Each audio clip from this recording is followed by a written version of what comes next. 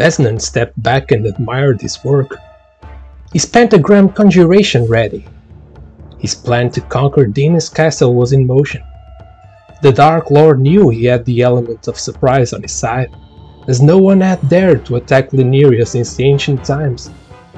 All he needed now was an army that would grant him his victory. There was nothing he wouldn't do to make sure his campaign was successful, and making pacts with ancient entities was something he needed to do. He was fully aware that alliances like this demanded hefty payments, but since his soul was already bound the previous pact he had made, he would have to bargain with something else. He smirked at the thought of his old teacher Neebus finding out about his plans. The old wizard would find his actions despiteful and think of him as an abomination. But the old man had never had as much power in his hands as Vesnan had now, nor did he ever feel the intoxicating pulse of magic emanating from the jewel that whispered to him from the tip of the staff. The magnificent Tear of Eleni. It was time.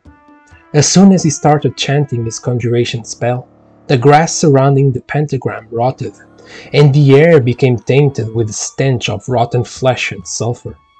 Soon the heat became almost unbearable, as the Ghost Kings materialized on the now corrupted field. There was something utterly unnerving about the ways the brothers mirrored each other's movements, as both pairs of all eye sockets fixed on him. Vesnan started with the negotiations immediately. He wanted to be done with this deal as fast as possible, to be able to focus on the next step of his plan. There was no time to lose. After much discussion, the kings agreed to grant him the command of their undead army to secure Lineria's throne. Their price was also set. They required the souls of every enemy soldier fallen in battle. The price did not bother Vesnan at all, as it was merely collateral damage, a means to an end. They signed the contract with blood, and soon the kings disappeared from the field. The deal was done. "Now we are ready," the Crimson Red Tear whispered to Vesnan.